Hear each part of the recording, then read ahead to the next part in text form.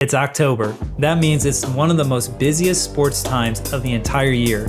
MLB postseason is officially underway. Football is here. NBA is about to tip off their season, and the NHL puck drops today. Your questions, along one of the biggest announcements of the channel, is coming up next. Let's go. It's the Lurks Lessons Show, your weekly deep dive into the most impactful stories from the professional sporting leagues around the country. We'll analyze, discuss, and uncover the lessons they offer. Let's dive in. Hey everybody, how's it going? Welcome to the Lurks Lessons Show. This is the first episode, hopefully of many, that we can kind of dive into the world of sports, knowledge, education, and learn the lessons so that way we can feel confident in talking with others about sports. So I am your host, Jeff Loehrke, and this has been going on in the back of my mind for the past few months now, and the fact that we are here finally, ready to rock, it's a little nerve-wracking. So especially with this being the first episode, forgive me of the stutters, the ums, the ahs, and probably a lot of mistakes that are going to be coming our way. So it's going to be fun though. So what is this? This is essentially a platform or an outlet for me to engage with you, to allow you to understand at least a little bit more knowledge when it comes to sports at large. Okay, so I'm going to try to talk about 4 to 5 topics that are going on in the sports world in general. And we're going to dive into each one of those. And so that way, whenever you hear this content, you can pick up something and just have some sort of conversation around your friends, family, or coworkers. Because let's be honest, especially here in the States, sports is a big deal, and it's a lot of pockets of conversation. And so my job for you is to empower you with that knowledge and to be part of the conversation. I will be upfront in saying that I am not a savant when it comes to sports in general. I just love just what the Lurks Lesson title is: history, sports, and animation. Those 3 things pretty much encapsulate me, if that's the right word to use, encapsulate. But anyways, all that to say is that I'm on a journey with you. Okay, so there's going to be times where I probably won't know the answer, and we're just going to dive in together and just figure it out on our own. Okay, so without further ado, let's dive into it, and let's look at our show rundown. So we got 5 topics, and we're going to be talking about the MLB postseason drama, the college football wild September. Now that we're in October, it has been a wild month. Recap of last week's NFL slate, the NBA season preview that's coming up. Season tips off later this month. And then the NHL season puck drops today. Season starts. So that's another reason why I want to get this first episode out in this particular month, because October is where pretty much, I believe, all the major sports leagues overlap. So this is the best time to talk about sports, okay? But yeah, no matter if how you're consuming this content, I just want to be upfront also before we fully get into this, is that this show is going to be mainly catered to a video show. So as you can see right now on the screen, we got a side third, we'll have lower graphics. We're going to do a full screen graphics. So this content is literally catered for viewing as a video, but obviously you can hear this on any other podcast form, because I am going to send that out on those RSS channels as well. But just to let you know, I will try to keep that in the back of my mind of anything that I know I'm showing on screen. I'm going to kind of articulate as if you're not seeing it on screen. Okay.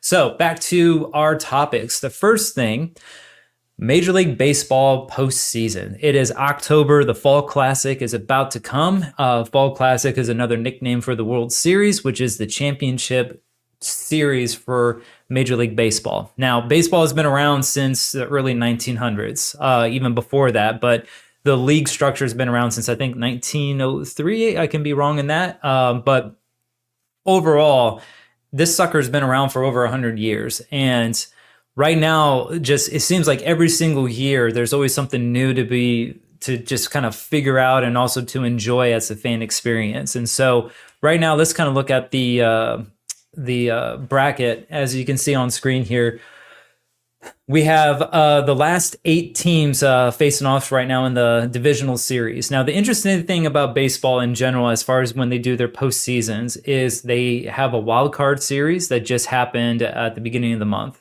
that is a best of 3 series. So you have to win 2 games in order to advance.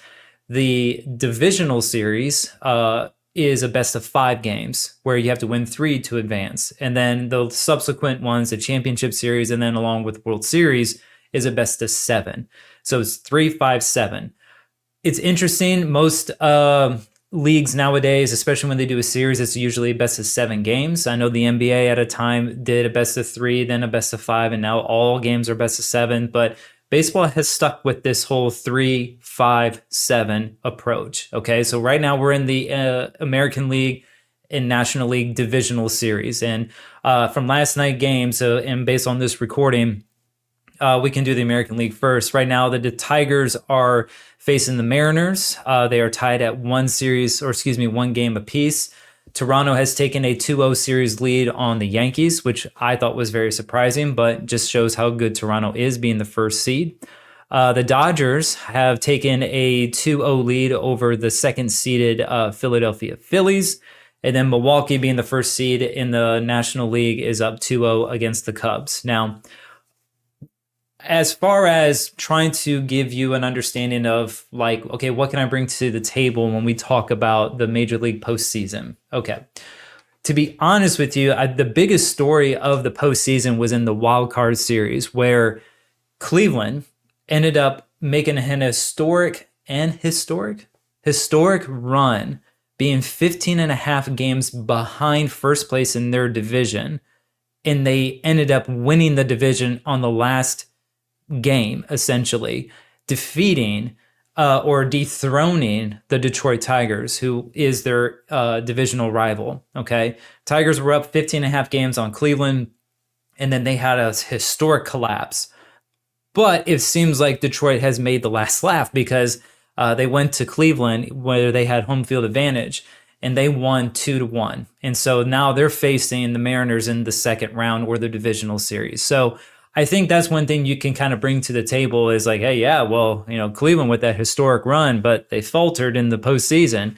People would be like, oh, yeah, that's right. Oh, you follow baseball. So I think that's the biggest thing of this postseason drama is to let you know that like that was kind of like the big storyline. I think the other thing you can kind of take away from the postseason right now is you have unconventional teams, higher seeds.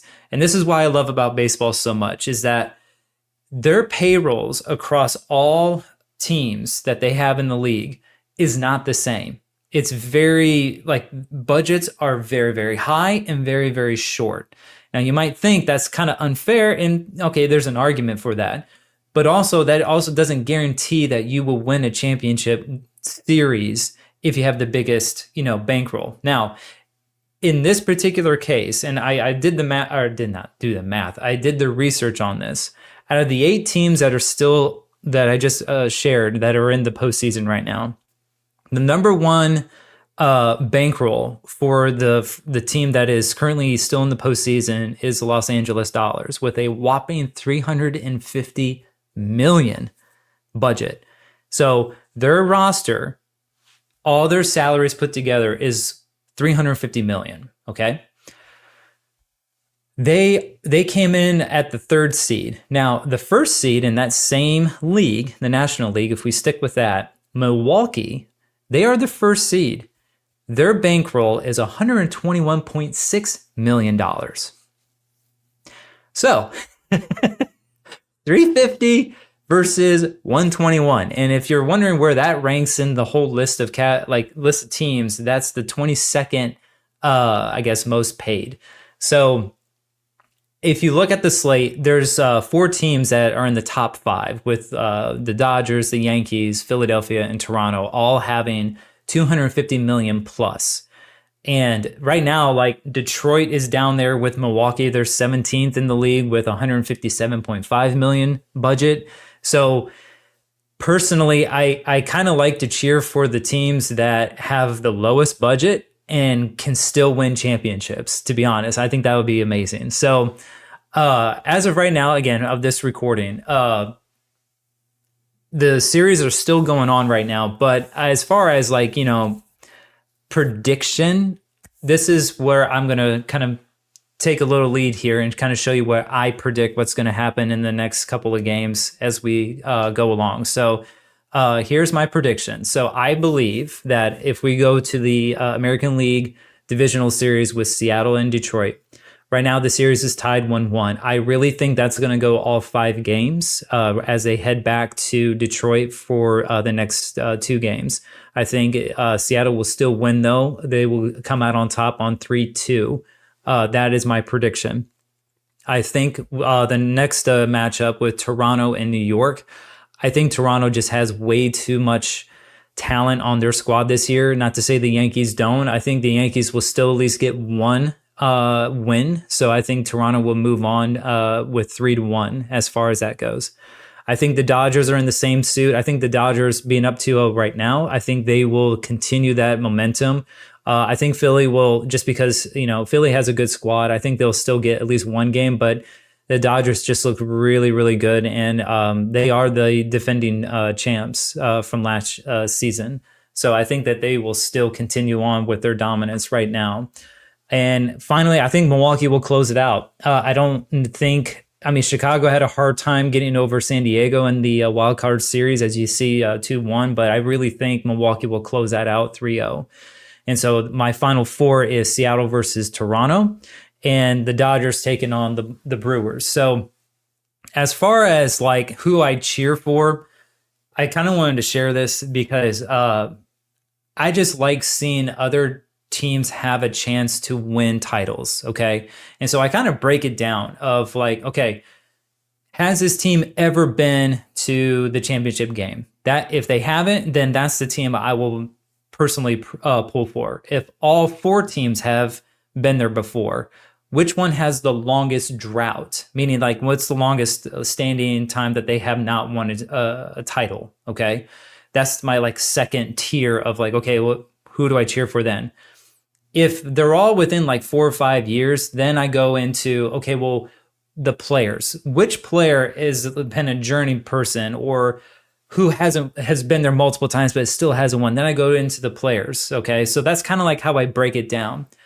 I share all that to say, to close out this segment in the show, is that there's one team, if this pulls through, there's one team in this Final Four that has never been to the World Series, and that is the Seattle Mariners. They've never been. And if this does pull through, I would definitely cheer for the Mariners just to see them get to the World Series. Because Toronto, the last time they won it was in the 90s. I actually remember that series growing up. I think it was like 94, 95. Dodgers are clearly the defending champs. But I think personally, it would be awesome to see this matchup, Seattle versus Milwaukee, because those two teams, obviously not the biggest budgets, but they will probably have, I think, a more enjoyable game to watch or a series to watch. Like, this is what I would love to see happen.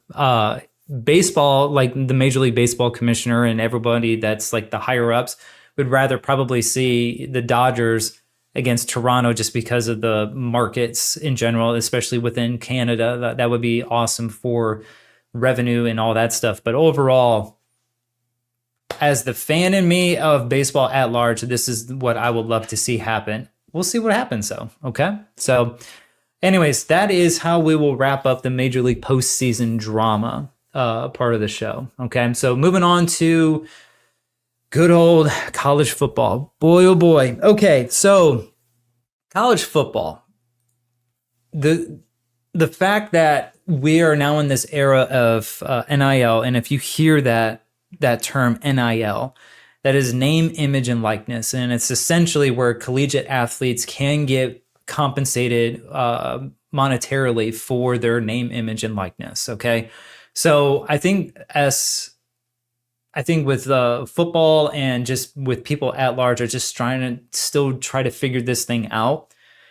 But I share all that to say is just because, like, I think parity of the sport has gone to a whole different level, because you have players that before they would have to, like, ride the bench or wait their turn. Nowadays, if a kid thinks that they're really, really good. And if the money's there, they're going to go to somewhere else to play and to get the playing time, and to each their own, right? But what's interesting is that when you have these like the AP poll and coaches poll and all these polling where people look at the slate on the roster and they see the practices, they go ahead and start figuring out, oh, okay, yeah, this team looks like they can win their particular conference. They can go and play in the national championship. All this preseason hype is what it's called. And the fact that in the top 6, it's incredible like how far they have fallen. So for example, Texas Longhorns, okay? As you see on the screen of the week 7 AP poll that I have right now, you don't see Texas on there anymore because they have 2 losses. They lost to Ohio State at Ohio State, and they just recently lost to Florida just this past weekend. And they have dropped out of the top 25. Another one that has dropped out of the top 25, who was a preseason high favorite, is the Penn State Nittany Lions. They are no longer in the top 25, and they were the ones that were predicted to win their respective conference, the Big Ten, and to possibly play for a national championship. They stumbled at UCLA last weekend, and they also lost to Oregon 2 weekends ago at home. And don't get me wrong, I think Oregon was a respectable loss, but when you play against UCLA, who's just been not very good this year, it's just kind of like, wow. So going into your conversations, if you bring up Texas or Penn State, those 2 teams at large have just kind of fallen through the wayside with so much. I can't stress this enough. There was so much hype around these 2 squads that to see where we're at now at week 7, this is where the season really gets into high gear because you're going to start playing in conference opponents that are pretty good. It's just incredible. And again, some of those other teams like Clemson was also a head scratcher. Like they've also been a preseason favorite. They're no longer in the top. They're not even in the top 25 anymore. But the one that has been consistent has been Ohio State. Now they are the defending champions. They lost a lot of talent going to the NFL, and they also lost some of their top coaches to other programs. And so there was a lot of questions surrounding the program to see how well they could do going into this season. But as of right now, they have just been rolling. They beat Texas at home their first week, so that was a big win, non-conference game. But they've continued to roll pretty good, and especially their defense, allowing opponents at a very, very low scoring rate. So they are definitely looking like the defending national champions and are looking to have a strong run this particular season. So I say as another way of going forward, take a notice between Ohio State and Miami. Like I think those 2 are going to be the most entertaining storylines going into the latter part of this season, just because of who those 2 teams, they're 1 and 2 respectively in the top AP poll. But if you want to get into college football, I would say look at those 2 teams and try to follow those, just because they're going to have the most attention, especially with Miami, and the ACC is pretty much open for grabs now. Like they are pretty much running the table in that regard. Their quarterback, Carson Beck, came from another university, University of Georgia, and Carson has actually played in high-stakes games in the past within Georgia. So the fact that he transferred, like I told you about with the NIL thing, he transferred to Miami, and here they are, they're number 2 team in the nation. So all that to say is like this, the beautiful thing about college football, it's just dynamic, it's wild, it's crazy, and you can't guarantee what's going to happen every Saturday. So that would be my take on that particular topic for you. All right. So moving on, that was the second thing. The third is good old football, man. Yeah, we're just going to stick it with football right now. The NFL, man, September is always a good month when the season just kicks off, essentially, no pun intended. But when it comes to the NFL, if you get behind in your win-loss column early, it's very difficult to make it to the playoffs. Like, the league has been around since the 60s, and they have just done the math on this, and the data shows that it's very difficult for a team to go like 0-3 to make it to the playoffs. It's not uncommon, but it's not, what am I trying to say? It's not that you can't do it. It's going to be very difficult to do it. Okay. So I preface that just to say that, like, right now, there are already some teams that, I mean, the Jets right now are 0-5. That doesn't look good. The Raiders are 1-4. The Titans are 1-4. Browns are 1-4. So, like, I mean, and then the Saints are 1-4. So if you're fans of those particular franchises, it's going to be a very long season for you, just because of how the chips are falling. And it's just the way it is. But the interesting thing that I've noticed so far within the first month of the season is the Tampa Bay Buccaneers. The fact that they have, around their leader, Baker Mayfield, who is their quarterback, they have been in situations where they had to come from behind to win in the game. And they're right now, they're sitting at the top of their division, which they're going to win their division out. Their division is not that strong with their opponents that they're in there. But I think for them, that squad, they are going to be looking at possibly trying to get the number one seed within their conference, which is the NFC. The problem is that they have the defending champions, the Philadelphia Eagles, in that same category or the same conference, and they are actually playing really, really good. So it's neat to see how the Buccaneers are going to respond to this, because they've been in the postseason multiple times, but they've always got bounced in the first round recently. So the fact that they are 4-1, they got a incredible standout rookie wide receiver. I literally was about to say Wookie. And Emeka Egbuka from Ohio State, like, he's just been an incredible addition to their offensive power. But they are finding ways to win, especially when they are down for so long, and they're able to come back and win it at the end. So there's really not a big storyline right now. I think there are some players that you can do some name dropping, like Lamar Jackson. Lamar Jackson is the quarterback for the Baltimore Ravens. He had a slight injury that he is going to be out for a couple of weeks. The reason why that's important is because he is one of the most dynamic players in the league. He's been MVP. He's been to like their respective conference AFC championship game, but they've always lost to the Chiefs, who have been to the Super Bowl 4 times in a matter of 5 years, which is crazy. They have been the king of the hill that every team is trying to knock down. They were in the Super Bowl last year, and they lost to the Philadelphia Eagles.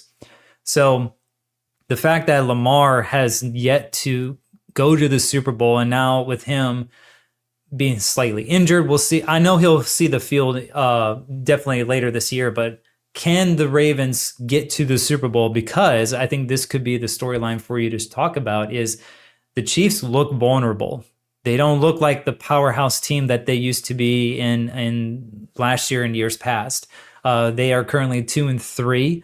I'm not to say that they can't make the playoffs, but teams like the Ravens that I just said, and then another AFC very good team that has never, no, I shouldn't say never, because they have, that has not been to the Super Bowl because of the Chiefs, is the Buffalo Bills.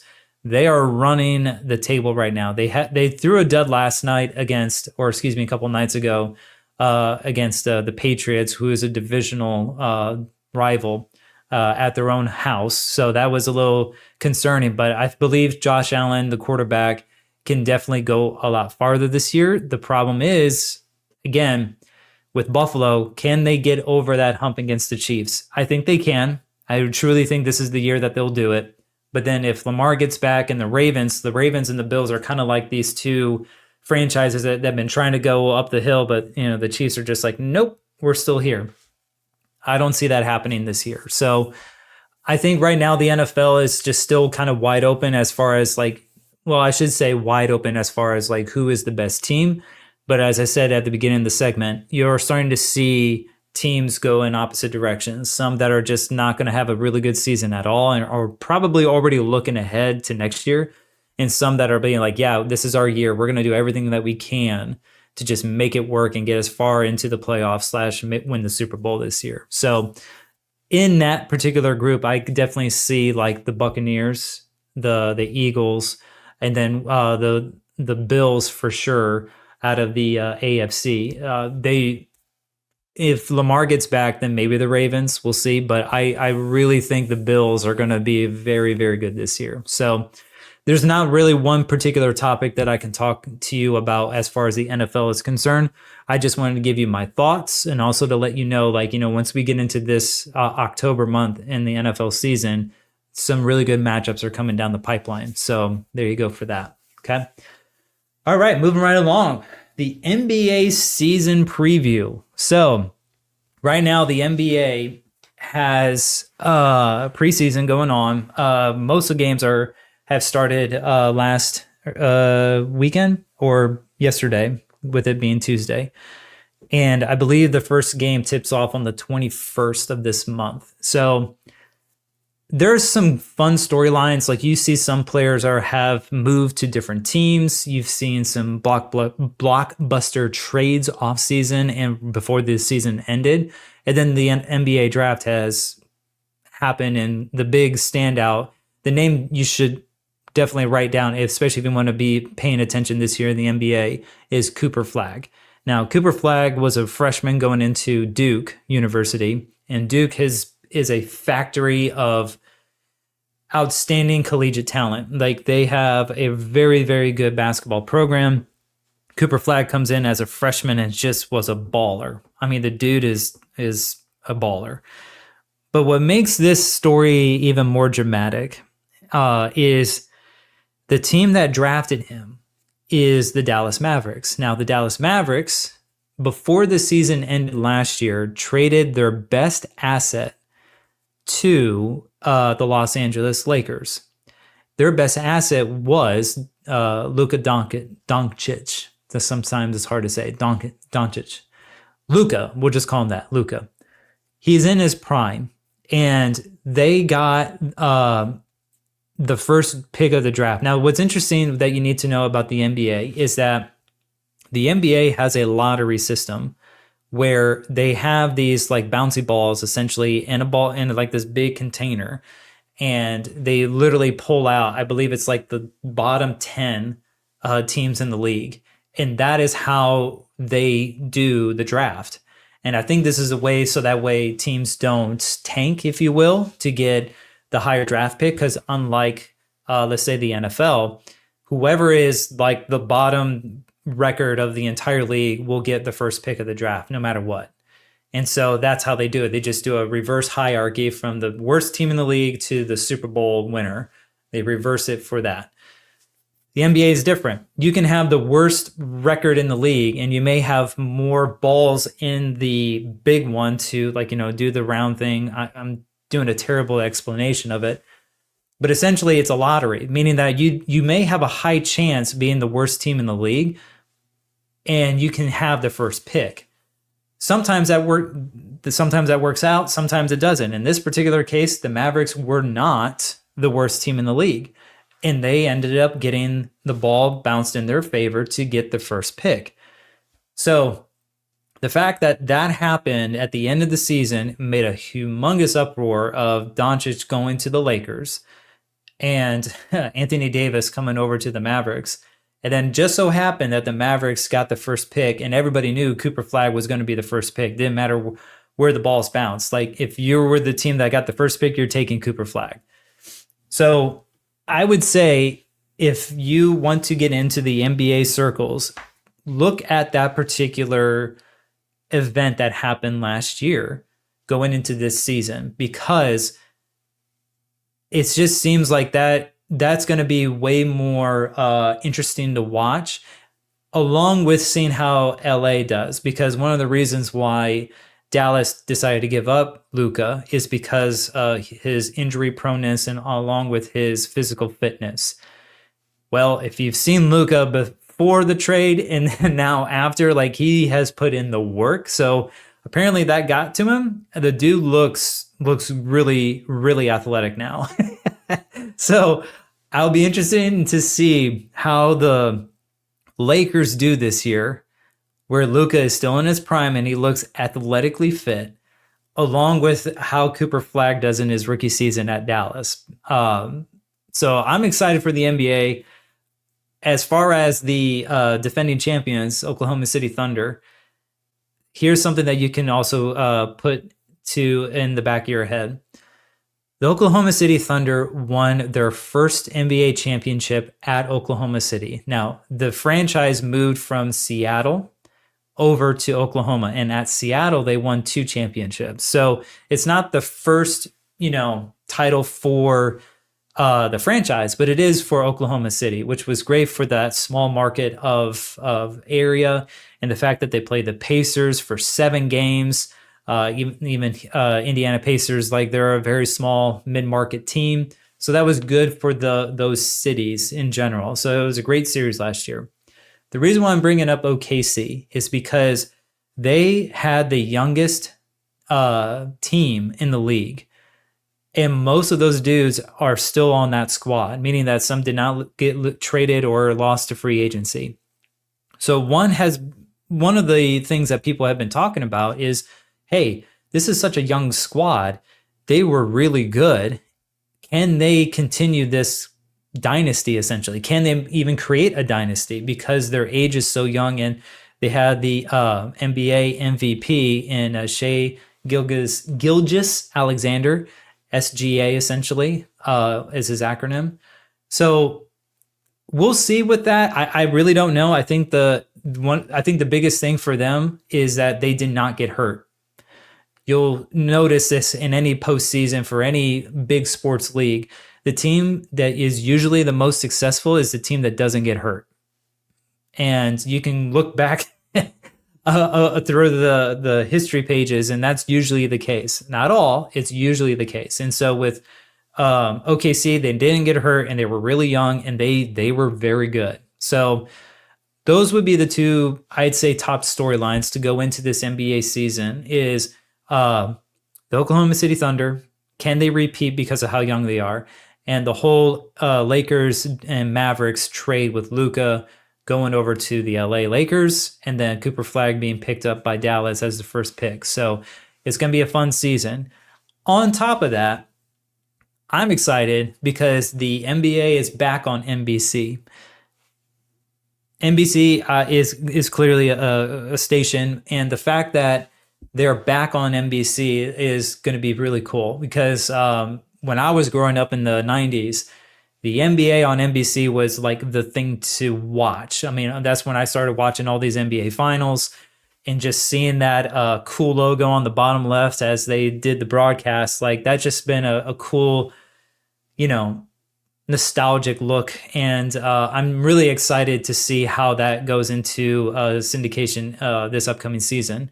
Because another thing that happened at the end of last season was the NBA on TNT finished. And that was a huge, huge deal because they've been doing that for multiple decades with Ernie Johnson, Shaquille O'Neal, Charles Barkley, and Kenny the Jet Smith. Like, those 4 dudes really made that show, and they were extremely successful. But now they're going to be on ESPN. So it's just interesting as far as the sport is concerned.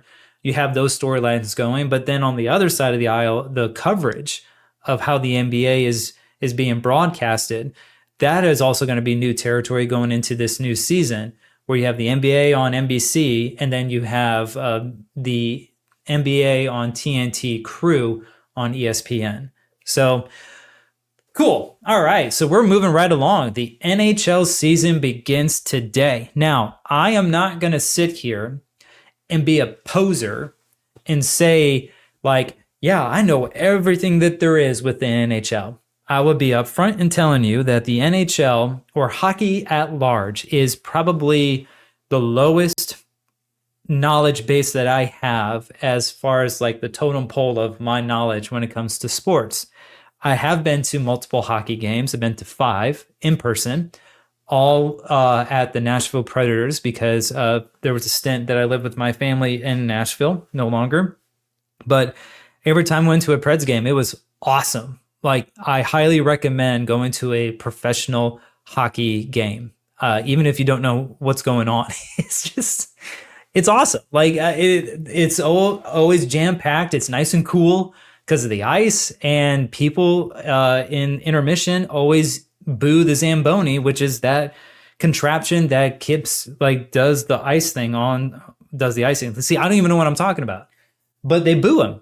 Why? I don't know. So all that to say is, like, hockey is going to be the one that I'm going to focus on a lot of my attention going into this next season, to fully grasp and understand, not only the game itself, but also just like the beautiful tapestry of all the different franchises and their histories and their interleague play and all that stuff. Okay. So what I do know, just based off of like these past couple of seasons that I have watched a little bit, is can anyone stop Florida? Florida Panthers won their they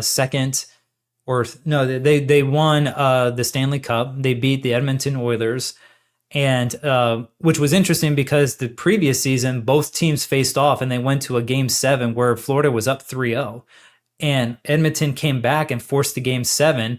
And it was awesome to watch as a fan of hockey. It definitely probably wasn't fun to watch if you were a fan of both clubs, except for the Panthers that they ended up winning. But they won back-to-back, and they handed Edmonton another loss last year pretty handily.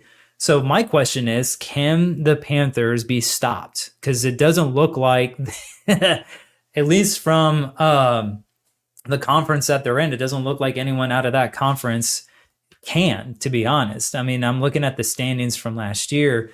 Toronto had the better record overall against them, but when it came to the playoffs, they just were clicking on all cylinders. So I would say that would be the one of the things to look towards this particular season is who can is the better term, who can stop the Florida Panthers. So that would be very interesting. The other thing is that Utah has their mascot finally. So to give a quick history lesson, the Arizona Coyotes left and moved to Utah. And when they moved to Utah, they didn't have a mascot picked out yet. So last year, they just were known as Utah Hockey Club. Well, this past off season, they finally came down to picking a really cool mascot, I think, called the Mammoths. And the design is very slick. I love the color design as well. But yeah, how does Utah come out as their inaugural season as the Utah Mammoths? I don't see them going very far, but kind of like how Vegas happened. I do remember that when the Vegas Knights came around, like they made the playoffs. So if Utah could come out swinging like that, I think that would be really cool for the hockey league at general. But yeah, we'll see what happens with that, and I'm excited. Like I said, I'm going to do my best to keep focus on what that looks like as far as just the season in general, and I'm very excited with that. So, okay, so there are 5 particular topics that I hope you can take something away from to not only be empowered to talk about to your friends, family, or coworkers, but also to get more knowledge based on what we just discussed, okay? And so part of the show that I do want to keep as a weekly thing is to answer your questions, okay? Because the cool thing about the YouTube channel is that as I'm giving all this information about sports, there's a lot of questions in the comments in particular videos that are like, hey, well, what about this? What about that? And so what I want to do as a kind of like a real-time opportunity for you is to ask me any type of question, and I will be happily to answer that to the best of my knowledge. And so as you see on that rundown list at the bottom, you'll see community questions, okay? And so the first one, and the only one really, is from Azazel Reborn 81, okay? I apologize if I pronounced that wrong, but Right now, baseball rules explain video is getting a lot of traction due to the MLB postseason. And Azazel says at 10:54, not very clear to me. The voice says runners must tag up, but the written text says it's not mandatory, aka on what was on screen, but rather runner's choice. Also, assuming it's mandatory to tag up if the ball is caught in the air, is it an exception when the runner is at third base and going home? Because I've seen this a lot. It's called a sac fly, if I'm not mistaken, right?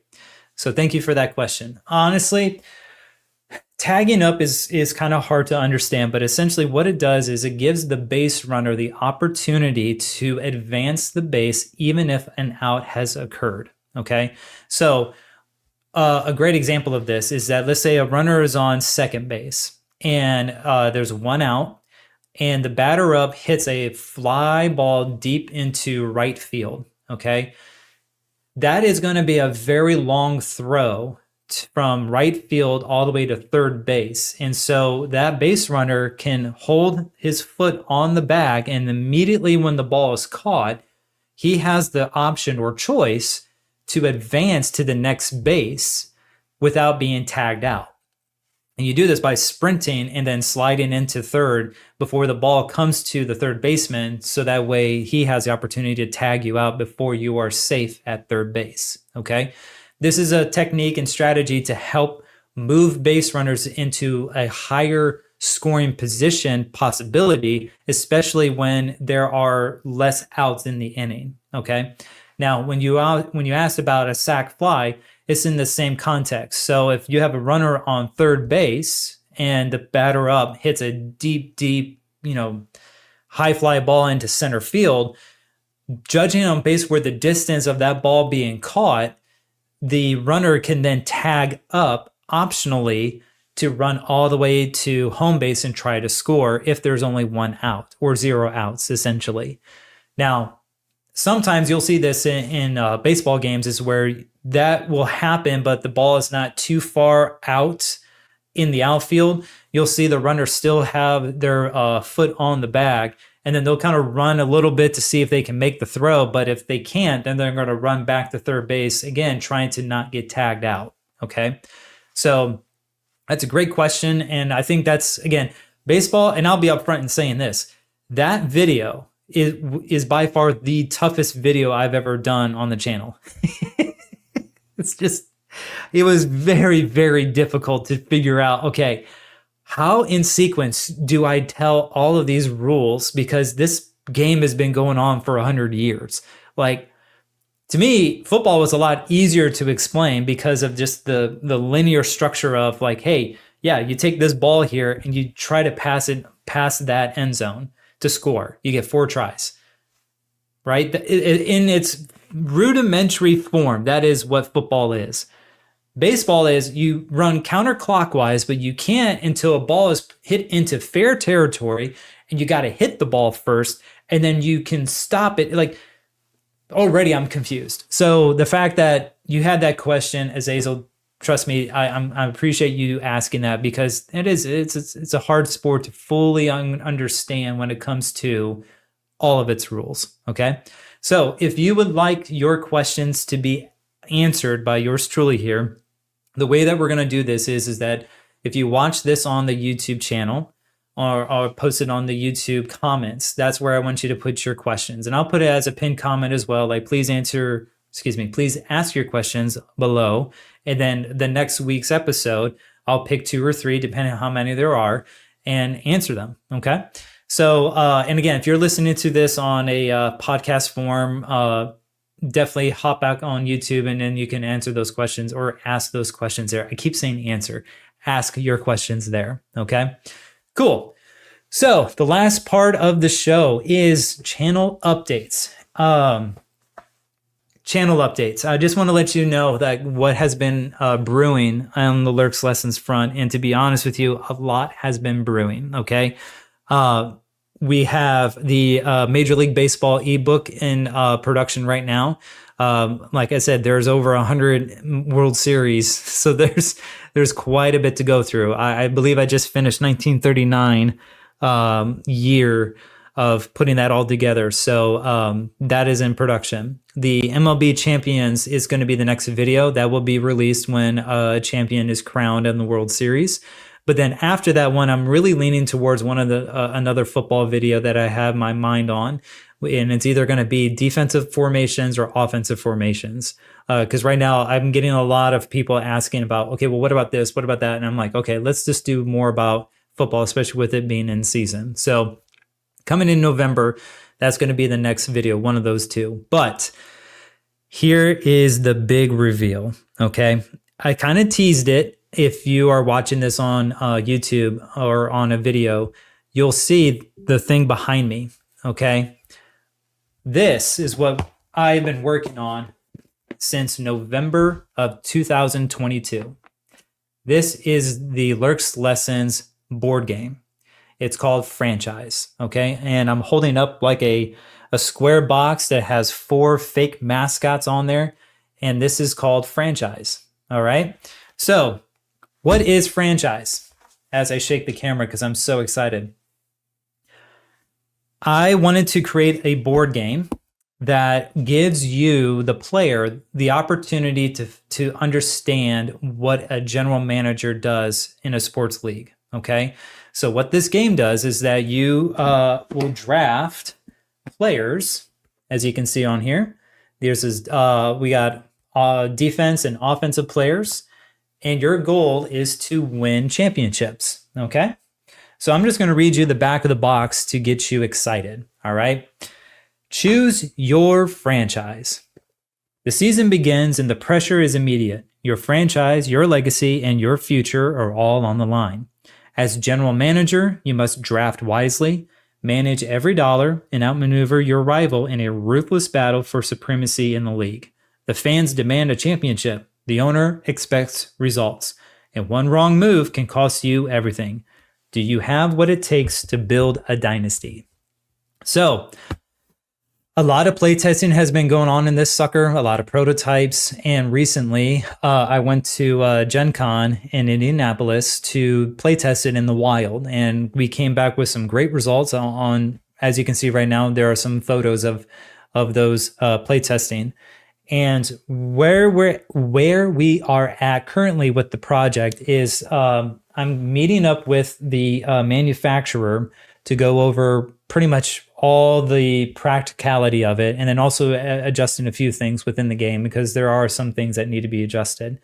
But the goal is in August of 2026 to have it available to purchase. And so that was another reason for this show, was to not only give you updates on the channel, but to also kind of give you updates on this particular project, because right now there's nothing like it on the market as far as my research has shown.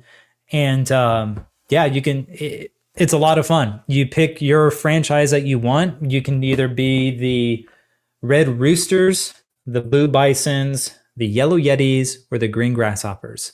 So it's still in development, but honestly, that's the biggest reason why you haven't not seen a lot more content on the YouTube channel, is because designing a board game is a lot of fun, but it also takes a lot of time. It just, and playtesting alone is something that I did not expect to take as much time as it did. So yeah, like I said, we started in November of 2022, and here we are. It's October of 2025. So I'm very, very excited. The feedback that we got at Gen Con was incredible. And we had people literally coming up to our table being like, I don't know what this is, but I want to buy it. Where can I buy it? And I'm like, not yet.